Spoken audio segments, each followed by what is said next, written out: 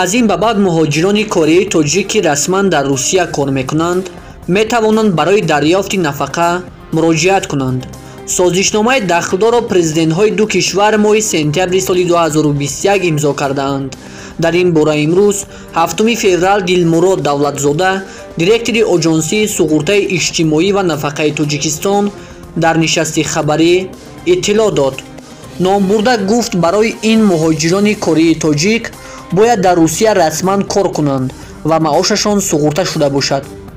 ба гуфтаи Давлатзода, оҷонсии суғуртаи иҷтимоӣ ва нафақаи Тоҷикистон бо Қирғизистон ва Узбекистон низ бо мақсади рушди ҳамкориҳо дар заминаи нафақа ва суғуртаи иҷтимоӣ созишнома ба имзо расонидааст.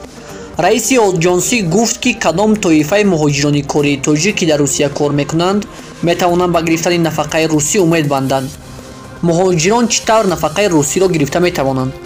агар муҳоҷир танҳо маблағи патентро барои кор дар русия пардохт кунад, ин маънои онро надорад ки дар оянда ӯ метавонад дар он ҷо нафақа бигирад. дар баробари патент бояд ба корфармо шартнома, дафтарчаи меҳнатӣ ва рақами суғуртаи суратҳисоби шахсии инфиродӣ дошта бошад.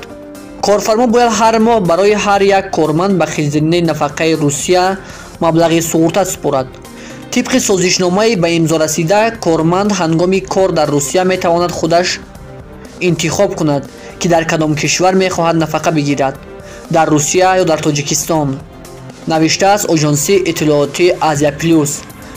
агар пас аз ба нафақа баромадан корманд тасмим гирад ки ба кишвари сеюм, яъне на дар русия ва на дар Тоҷикистон зиндагӣ кунад, боз ҳам нафақа мегирад. ҳисобҳо аз ҷониби кишваре ки ӯ дар он расман кор кардааст ва нафақа додааст ҳисоб карда мешавад. яъне асоси нафақаи оянда ҳамин ҳаққи суғуртае мебошад ки корфармо барои корманд мегирад. ҳиссагузори 22% фонди солонаи музди корро ташкил медиҳад.